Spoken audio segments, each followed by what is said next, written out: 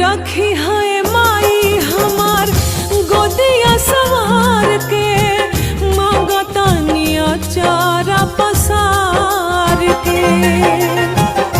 गजबे अदालत मैया तोहरा दरबार के, खाली के हुलौटल ना पुकार के।